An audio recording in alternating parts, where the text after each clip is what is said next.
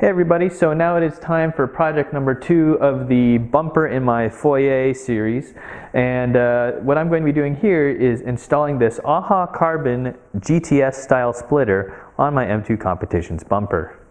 So as you can see, the first thing I did is I took the splitter and I aligned it with the bumper here, and then I used a number of these clamps to clamp both the splitter to the bumper right where I want it. And what this is going to do is this is going to hold it here for me so that I can better mark on the bumper where I want the mounts to go.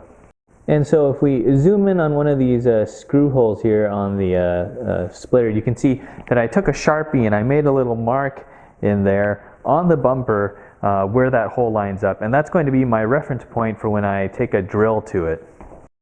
Now you may be asking yourself, well, why do I need to take a drill to it? Doesn't this come with, self-tapping screws? You just screw it in and bolt it up there. Well, it does, but I actually like to mount my splitters with a little bit more rigid hardware or more strength. So what I'm going to be using are these rivet nuts, or riv nuts as they're called, and this one happens to have these slots cut into it so it collapses and creates a plus shape, because this provides a much more secure mounting solution. I've been a big fan of using riv nuts to mount splitters for a while. I did it on my F31 wagon a number of years ago, and if you look at companies these days coming out with new splitters, they are starting to use these types of attachments because they're just so much more secure. So like I know Lightweight, those guys, they use some riv nuts in their application. And I've even started to see Turner Motorsports for their BMW splitters starting to include some riv nuts as well.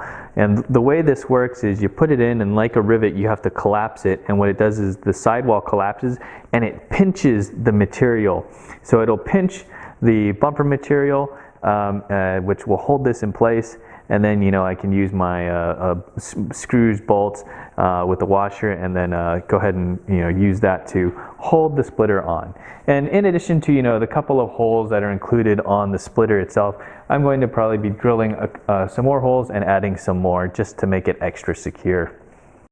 Another thing is, even though this splitter came with a roll of double-sided 3M tape, I am not going to use any of it. I don't like using the tape because it's a mess, and also I like having my splitters being able to be quick on, quick off. So just screw it on and then undo all the bolts, take it off whenever you want for maintenance or whatever other reason. So here is one of those Sharpie marks that I made, and then so now what I've done is I've gone ahead and taken my punch, and I've just gone ahead and dimpled it a little bit so that my drill bit will stay centered on the hole, and I'm going to go ahead and drill that out.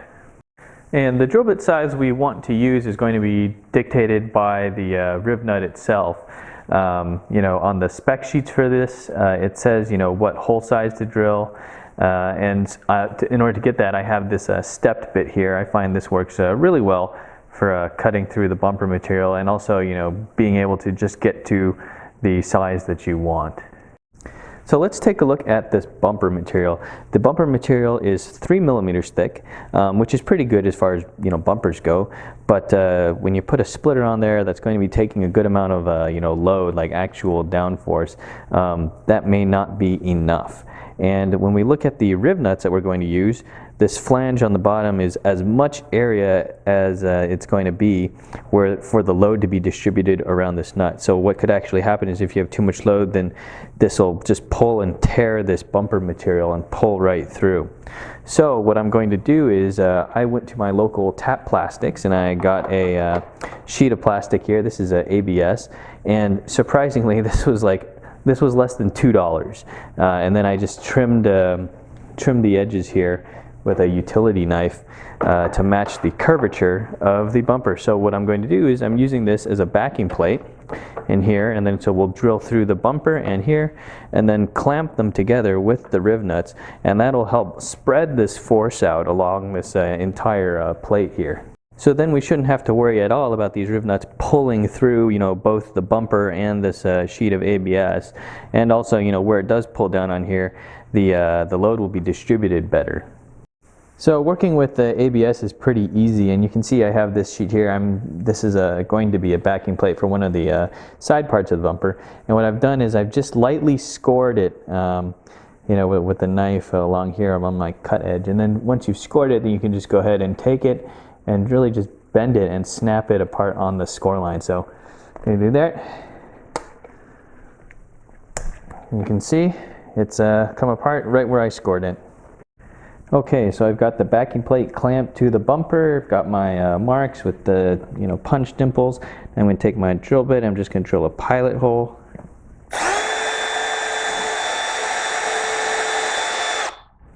Now I can take my stepped drill bit and open this hole up to the size that we need for the riv nut. Okay, so I'm going to show you how these riv nuts work, and you can see that I've kind of pushed this in a little bit. It's a tight fit. I can't push it all the way through the hole, and that's good because we want the hole to have a tight fit around the riv nut. But I do need to get this in all the way, so if I can't push it, then I'm going to go ahead and use my hammer, and I'm going to knock this in, and it has to go through both the bumper material and that ABS backing plate on the back side. So let me go ahead and get this in. Now that the riv nut is fully inserted into the hole, I'm going to take my riv nut pulling tool and I'm going to go ahead and screw this in.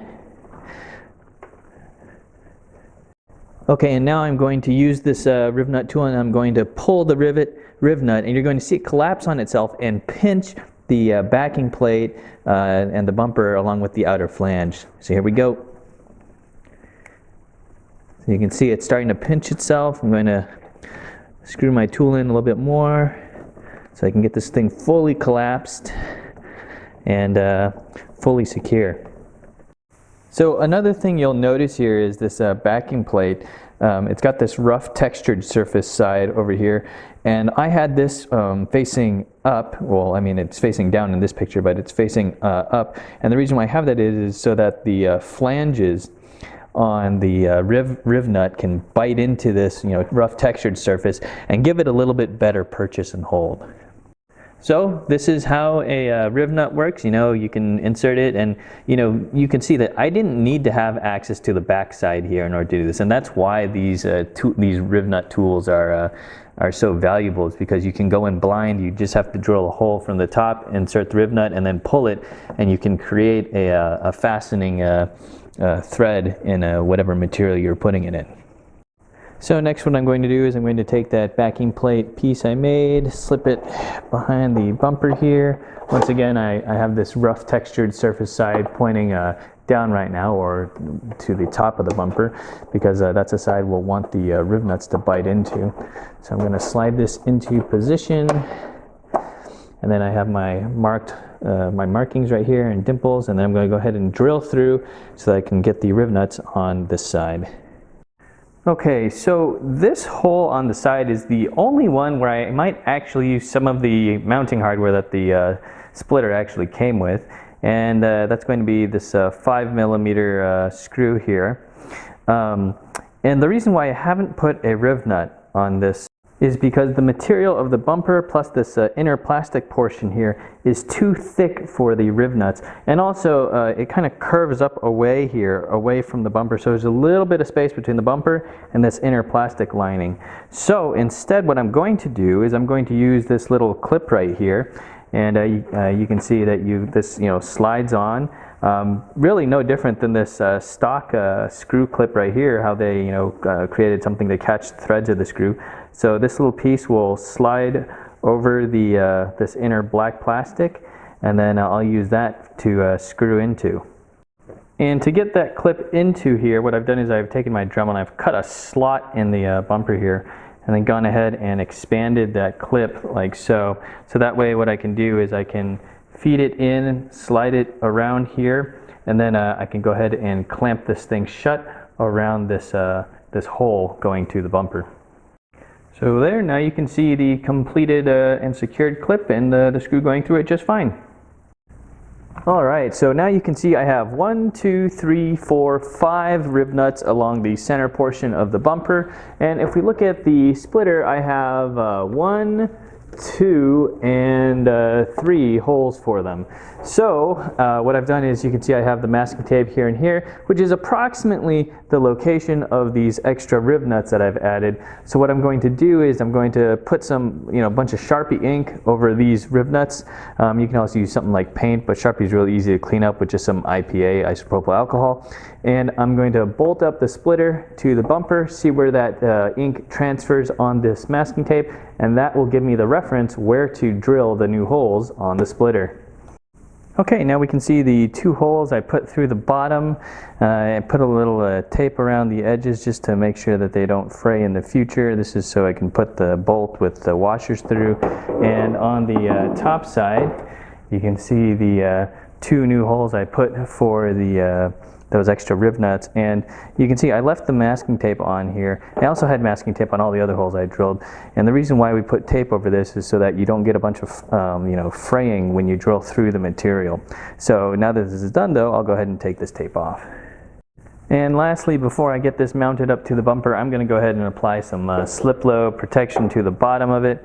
Looking at the bottom of my bumper, Lord knows I've scraped it, so this lip is only going to get scraped as well, so might as well give it a little bit of protection. Oh man, now this thing with the slip low on looks so good. I am so ready to get this thing mounted up to the bumper. Alright, and here we are all ready for the car. I cannot wait to get this back on.